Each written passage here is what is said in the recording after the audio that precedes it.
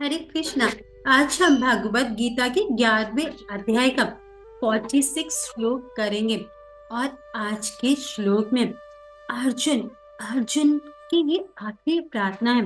अर्जुन भगवान श्री कृष्ण से कह रहे थे, हे विराट रूप, हे सहस्त्र बाहु भगवान, मैं आपके मुकुटधारी चतुर्भुज रूप का दर्शन करना चाहता हूँ, जिसमें आप अपने चारों हाथों में शंख चक्र गदा तथा पद्म धारण किए हुए हैं। मैं उसी रूप को देखने की इच्छा करता हूँ। अर्जुन के सामने परम भगवान है और भगवान ने अर्जुन को अपने सखा को विश्व रूप का दर्शन दिया। इस रूप का दर्शन भगवान ने अर्जुन को इसीलिए दिया कि अर्जुन, ना केवल मैं बोल नहीं रहा हूँ कि मैं भगवान हूँ, देखो मुझे तुम्हारा सखा होने के साथ साथ मेरे अंदर ये स्पेशल क्वालिटी है। और ये एक ऐसी क्वालिटी है जिसे जानकर तुम ये समझ जाओगे कि मैं कैसे एक दिव्य स्थिति पर हूँ और ये सारा जगत मेरा है। सारा जगत मुझसे ही उत्पन्न हुआ है, सारी चीजें मेरे नियंत्रण में, जन्म मृत्यु भी मेरे कारण ही होती है।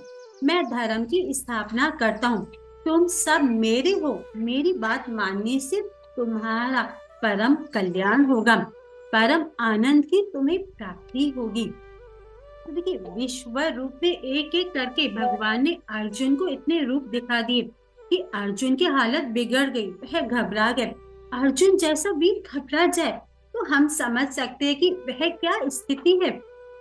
जो भी हो, भगवान की इच्छा नहीं थी कि अर्जुन घबराए, परंतु अर्जुन को सत्य का दर्शन तो करवाना ही था। अब अर्जुन भगवान श्री कृष्ण से इच्छा कर रहे हैं कि आप मुझे चतुर्भुज रूप के दर्शन करवाएं। भगवान के अनगिनत रूप होते हैं और उसमें 3 रूप देखिए उनमें मुख्य होते हैं, जिसे शास्त्रों में परम सत्य बताया गया है। तो जिन लोगों ने परम सत्य को जाना है वह उन्हें 3 नामों से पुकारते हैं। पहला नाम है ब्रह्म, दूसरा परमात्मा और तीसरा भगवान। ब्रह्म, ब्रह्म का अर्थ होता है निराकार, ईश्वर की सत्ता। उसमें भगवान किसी प्रकार का संबंध नहीं रखते हैं जीवों से, लेकिन उसी में जब भगवान की कुछ और शक्तियां क्रियाशील होती हैं तो वे सुंदर चतुर्भुज रूप धारण करते हैं और यही चतुर्भुज रूप परमात्मा होते हैं, परम आकर्षक होते हैं। ध्यान योगी अपने हृदय में इन भगवान के दर्शन करते हैं। अर्जुन क्योंकि भक्त है, भक्त का अधिकार ज्ञान योगी से भी बड़ा होता है। इसीलिए ज्ञान योगी जो बड़ी मेहनत के साथ, कड़े नियमों के साथ पूरा जीवन तपस्या करके भगवान के रूप का दर्शन पाता है, वह रूप भक्त के लिए बहुत आसानी से उपलब्ध हो जाता है। अर्जुन के कहे अनुसार श्री कृष्ण अर्जुन को अपना चतुर्भुज रूप फिर से दिखाते हैं। वह रूप क्या है? एक तो वह रूप सभी जीवों के हृदय में स्थित है। जितने भी प्राणी हैं, चाहे वे बाघ हो, चाहे वे चींटी हो छोटी सी, चाहे कोई पेड़ हो, या हम जैसे मनुष्य, स्त्री पुरुष या किसी भी धर्म को मानने वाला हो, सबके हृदय में भगवान स्थित हैं।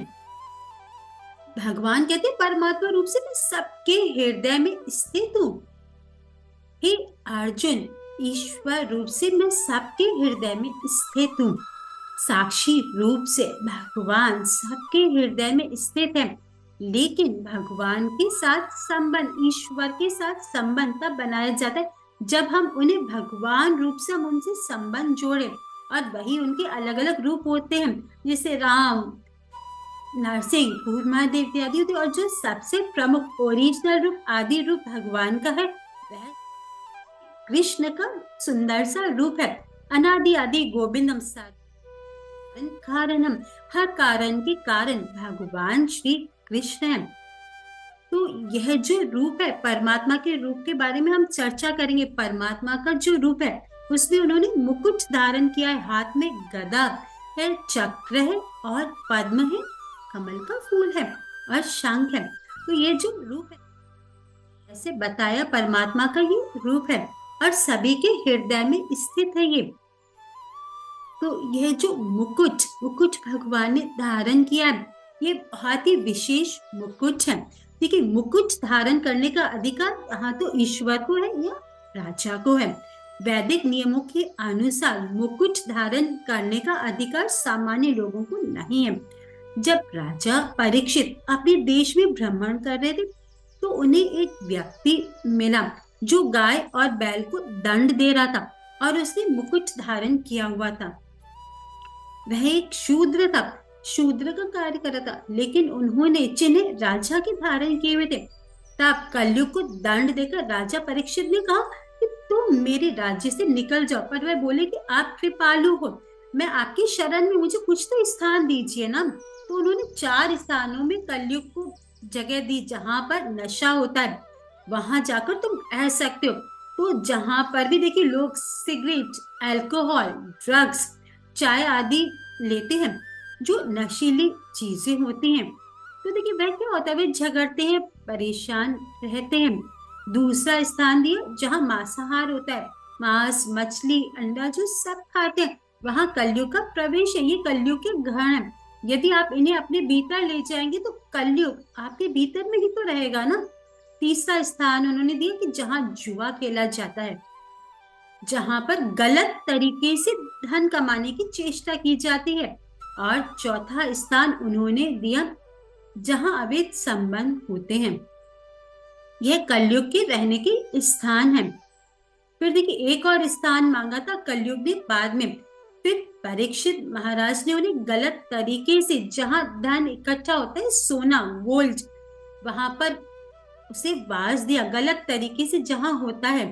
तो इन 4 जगह पर कलयुग रहता है। लेकिन यदि कोई भगवान का नाम अपने जीवन में ले आए, यदि कोई प्रतिदिन भगवान का हरे कृष्ण महामंत्र का जप करे, तो उसके शरीर में ये कलयुग नहीं रह सकता, क्योंकि जहाँ कृष्ण है वहां माया या कलयुग नहीं रह सकते। कृष्ण सूर्य समान, माया अंधकार, जहाँ कृष्ण ताह नहीं, माया अधिकार। तो जहाँ कृष्ण रहेंगे वहां माया नहीं रहेगी। तो इसीलिए हमें कृष्ण, और कृष्ण कहाँ है, जहाँ कृष्ण का नाम है, तो जो कृष्ण का नाम जप करेगा उसके शरीर में कलयुग नहीं रह सकता।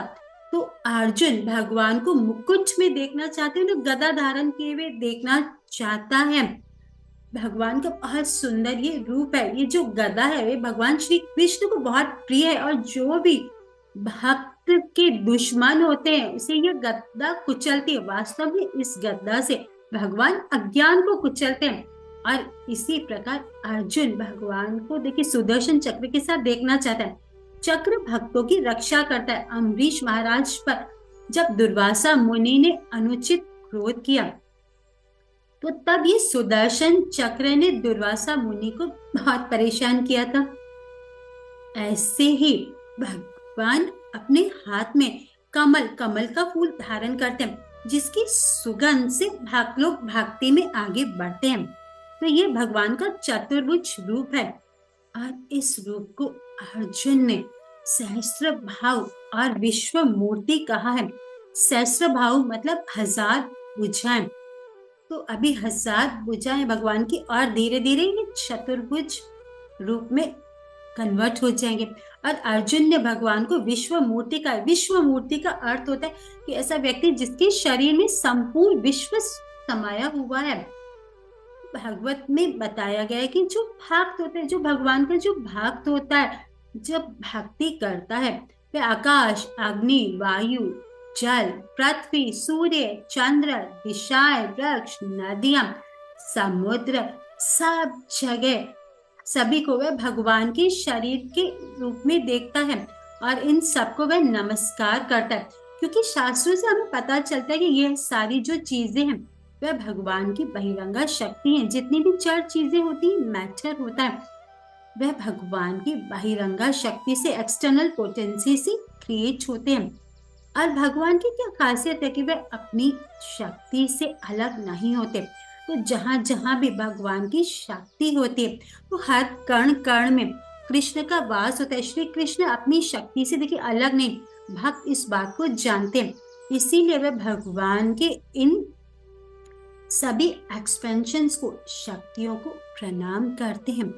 लेकिन देखिए हम सबको ये बात समझनी ही होगी कि यद्यपि ये भौतिक जगत भगवान का ही एक विश्व रूप है, परंतु फिर भी भगवान श्री कृष्ण का स्वरूप धाम एक आध्यात्मिक शरीर है। जैसे भगवान है वो गोलोक में रहते हैं, परमात्मा सब जगह व्याप्त है और ब्रह्म तो निराकार रूप से सब जगह व्याप्त है ही। तो भगवान का जो स्पिरिचुअल जो बॉडी होती है वह दिव्य शरीर होता है, और उस दिव्य शरीर से भगवान दिव्य दिव्य क्रियाएं करती हैं, और उस दिव्य शरीर और उस दिव्य पर्सनैलिटी से हम सबका संबंध है। हम सब उस दिव्य पर्सनैलिटी के ही तो अंश है ना। हमें भगवान की कोई नॉलेज ही नहीं है, इसीलिए भगवान ने हमें शास्त्र दिए हैं। गीता, रामायण, भागवतम, इन ग्रंथों को यदि हम पढ़ेंगे तो हमें ये पता चलेगा कि सुंदर श्री कृष्ण के साथ सभी जीवों का संबंध है। आखिर हर कोई एक दूसरे से प्रेम की तो अपेक्षा करता है, प्रेम ढूंढ रहा है, प्रेम करना चाहता है, लेकिन वह वास्तविक प्रेम श्री कृष्ण के पास है, श्री कृष्ण में है, और उनसे ही ये संबंध हमें शीघ्र अतिशीघ्र स्थापित करना है। तो भगवान का ये सुंदर रूप और उस पर भी भगवान के गुणों का तो क्या कहना। सदैव अपने भक्तों को वरदान देने के लिए भगवान कृष्ण उत्सुक रहते हैं। सदैव अपने भक्तों का गुणगान करने के लिए, उनसे प्रेम करने के लिए भगवान उत्सुक रहते हैं। तो इसीलिए भगवान अत्यंत कृपा करके अर्जुन को अपना ये चतुर्भुज रूप का दर्शन कराएंगे और अर्जुन को आनंदित करेंगे। और इस प्रकार हम भी भगवान द्वारा बताए गए जो सिद्धांत है, जो गीता में भगवान ने बताया, जो सबसे बड़ा सिद्धांत है कि हम भगवान की भक्ति करें और हम केवल उनके ही आश्रय में रहें। किसी और से हमें कोई अपेक्षा नहीं होनी चाहिए। हमें सारा संबंध कृष्ण से ही रखना चाहिए, क्योंकि कृष्ण से संबंध रखने से सारे जो संबंध है, चाहे वो देश के साथ हो, परिवार के साथ हो, कहीं भी हो, सभी संबंधों में दिव्यता आ जाती है और सारे संबंध अपनी पूर्णता को प्राप्त करते हैं, और हमें भी भगवान श्री कृष्ण का प्रेम प्राप्त होता है। आप सब इस प्रेम में अग्रसर हों, ऐसी शुभकामनाएं। हरे कृष्णा। और भगवत गीता का अध्ययन, श्रील प्रभुपाद की जो ये कृपा है भगवत गीता, उसका अध्ययन जरूर करें। हरे कृष्णा। ये तो एक मर्सी है, ये मर्सी आप अपने पास रखें और दूसरों को भी दे। ये सबसे सुंदर उपहार है भगवत गीता। हरे कृष्ण।